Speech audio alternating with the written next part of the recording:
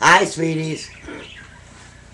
Believe it or not, I made another one before this, but it didn't work. Don't know why. But it didn't. So, here we go. Babysitters.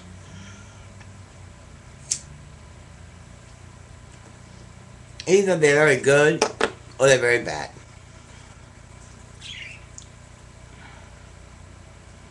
You know, today they have them I Spy cameras, and they're alright. They really are. But it doesn't tell the whole picture. No, not at all.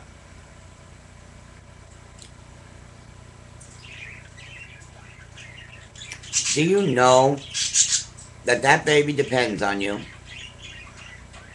Well, everything, and I mean everything, except for the air that it breathes in and out on its own.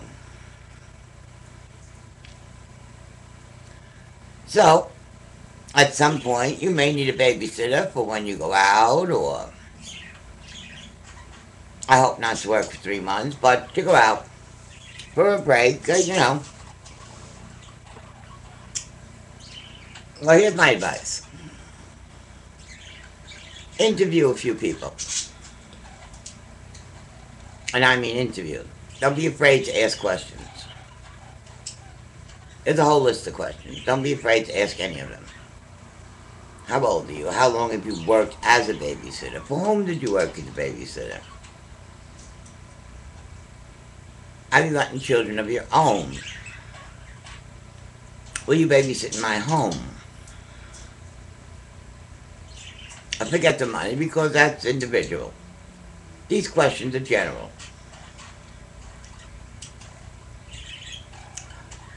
Can you come spend time with my baby before you, if I choose you to work before, while I'm here? All these nice little things. Yes, yes, yes. They must all be asked and answered.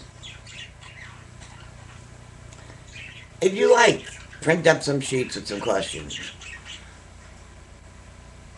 It helps. It really does. I've had to fill out a couple. I didn't mind so much because I knew I was good, so it didn't bother me. Remember, whomever you choose, and for whatever the reason, you are handing over to them your prized possession. Something that money can't buy. Something that God gave you as a gift.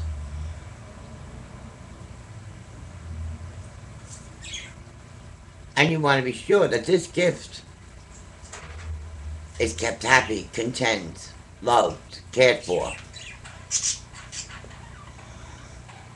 Not tormented, ignored, and beaten. No, none of those.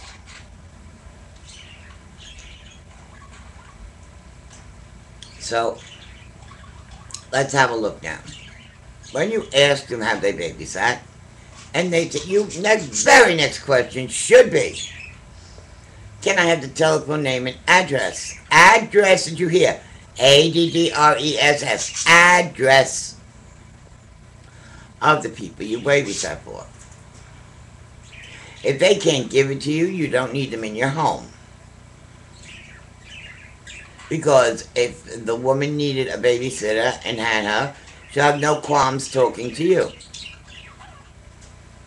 Because she knows what it's like to leave her children in the care of someone else. So if I were you, I would insist on the addresses of the referrals, not just the number. You see, because you can drive by that address, see if it's true they have any children, or you can knock at the door and go in, have a small chat about the babysitter. Notice if there are children's toys around. Let's say the children she claims are in school, kindergarten, whatever. Look for the toys. Ask her for water. See what's in the refrigerator. Children's food or all adult food. These are all little secrets you look for to make sure that you're hiring the right person to take care of your most prized possession. Remember, the baby is banking on you. Also remember, if anything goes wrong, it's your fault because you didn't do anything worthwhile to prevent it.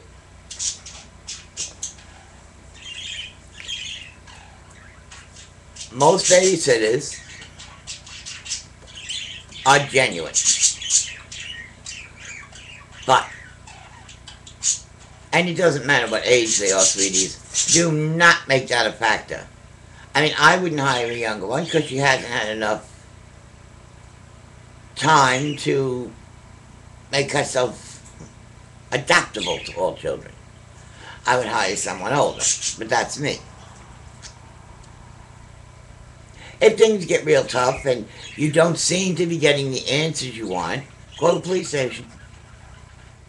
Personally, I think that every state should have a person working for them. That only does for babysitters. You call, you ask about a certain party, you look it up, you give out no information, but they can tell you, yes, she has a record. No, she doesn't have a record. Hello. I think it's information that's affordable, that you can get if you need get it. But if you can't get a person, you ask the policeman. And then ask him, well, where else can you go to check? If it's any kind of a police station, they will tell you. This is an important fact of life. Very important. Now, if I seem a little harsh when I talk about babysitters, it's because I am. I mean, I watch television. I see these babysitters beating on children. I'm mortified when I watch it. And if you don't want it to happen to you, take the time. Whether it's 5 o'clock at night, 6 o'clock at night, or 3 o'clock in the air, take the time to make sure your child's in safe hands. Because if you come home and the baby's gone or the baby's dead, ain't nobody to blame but yourself. Because you probably didn't check.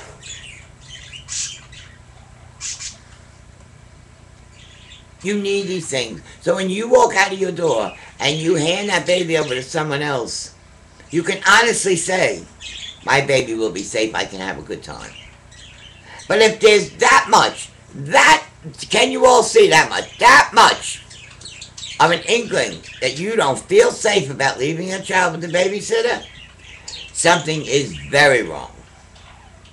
Maybe you didn't put the top on the nail and find out everything you could. So,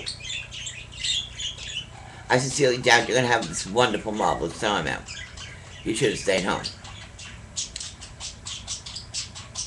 But check out your babysitter, please. I mean, do everything humanly possible. That baby is yours, not theirs. Oh well, I better get off now because the clock is ticking again.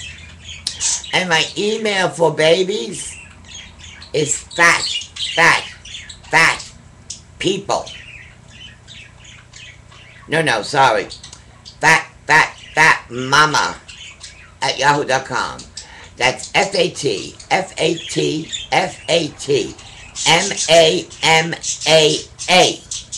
at yahoo.com.